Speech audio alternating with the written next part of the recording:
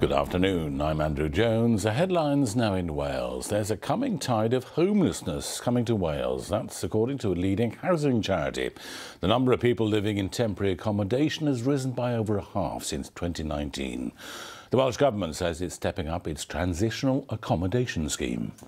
The latest figures showed that twice as many people are coming into temporary accommodation as we've got moving on into permanent accommodation.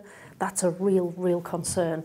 We've also got massive ambition in Wales about making housing a human right. We have a roadmap for that. We know exactly what needs to happen to bring that in, but there isn't the housing stock to make that a reality. So we're looking at that being a potential 10-year plus plan. So even though we know what we need to do to end homelessness, that's the really frustrating thing.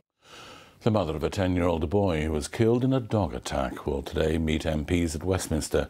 Jack Lees died after being mauled by a dangerous dog in Caerphilly in November 2021. His mother, Emma Whitfield, hopes to build cross-party support for stronger legislation. A businessman says transport decisions should be devolved from South to North Wales. He says poor transport links affect investment. Transport Minister Lee Waters says more road building is continuing in the north than the south. If we have a metro mayor type of individual here, with executive, with the power needs to be devolved from south to here, because this is different. We've got an amazing opportunity. A series of public meetings this week is giving people in parts of rural Wales more information about plans for a 90-mile pylon network. The cables would connect a new wind farm in Mid Wales with the national grid in Carmarthenshire. The developers say they'd cut pressure on the existing grid capacity and empower rural communities. But as Easter approaches, some tourism businesses say they've already put a dampener on their season. We are competing with the coast and other places like that, so all we're really selling is the view. And it's the most amazingly beautiful view that hasn't changed for thousands of years. And the thought of having a power line through the end of it is devastating. I mean, it keeps me up at night, it worries about my business and the future of my business and my children. Football, and tonight Wales's men welcome Latvia to Cardiff City Stadium. It's their first home Euro 2024 qualifying match. They drew 1-0 on Saturday against Croatia.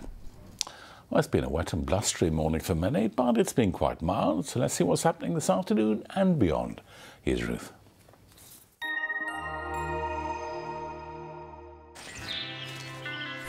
Transport for Wales. Proud sponsors of ITV Cymru Wales Weather. Hello there, very good afternoon to you. Weather-wise, I think we can cheerfully say it's not particularly cheerful out there at the moment, with scattered squally, sometimes heavy showers, low-lying bits and pieces of cloud, misty, murky conditions and a rather strong wind as well. So this all combines to make it feel pretty miserable, but at least the temperatures are holding up with highs of around 11 or 12 in Celsius. The heavy showers should tend to ease as we head through this evening, and it's a largely dry night ahead. The winds will ease back a little bit, but we'll keep that low cloud, that mist and that murk in places too. And that actually means in many areas the temperatures aren't going to drop away at all. A mild night setting us up for a dry start to tomorrow, but it won't last. I'll see you later. Bye-bye.